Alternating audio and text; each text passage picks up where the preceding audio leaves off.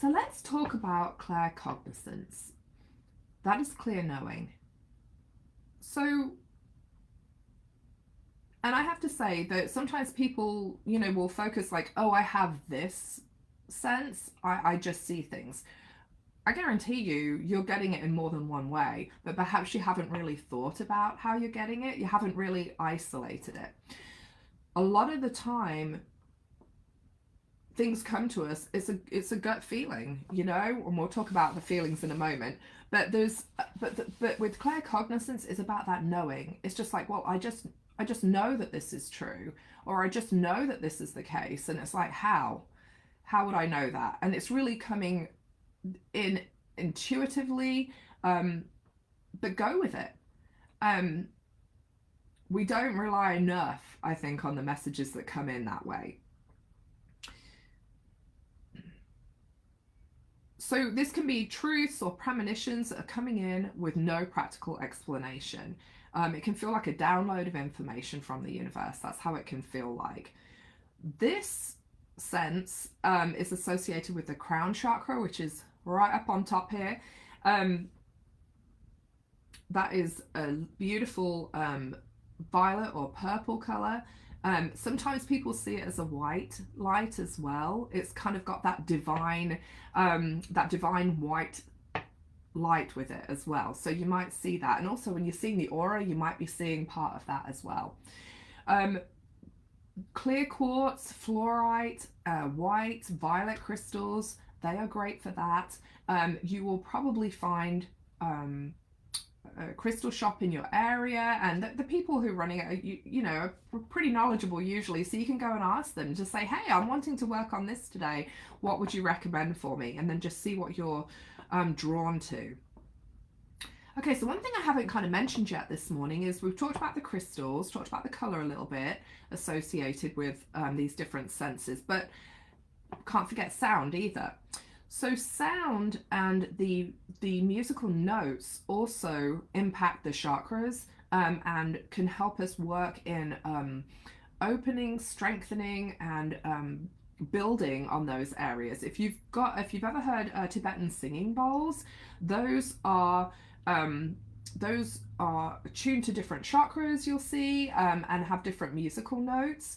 And if you haven't, then go onto YouTube. There's like 5 million sites that have the singing bowls in there. The crown chakra, which would be developing this particular sense, is the musical note of B. So go ahead and listen, and you can search that on YouTube, crown chakra singing bowls, and just listen to that and see how you feel. It's a good thing to do while you're just sitting quietly, and then you're just like, and that's one thing we don't do enough, like sitting quietly and focusing on our body. Listen to the singing bowl, listen to the chakra, the different notes, and then just see where we're feeling it in our body. If you ask questions too, where are you feeling the response? Are you like feeling, I just know this, I'm seeing something, how's it coming in? Most people have a predominant Claire that they will be like, oh, I see stuff. Okay, cool. But it doesn't mean to say you can't work on this other stuff too, because it helps to underpin it, and it helps to give you a richer sense of knowledge and information that's coming in, a more rounded picture, if you will. Because if you get a box of crayons, you don't want to just use one, right? You want to use them all. So another way to develop this is, for example, when you hear your phone ding, before you turn it over, before you look at it, sit there and think. Just sit there and think to yourself, okay, just heard the phone, who is it? And just the first person you think of, okay, turn over the phone, were you right?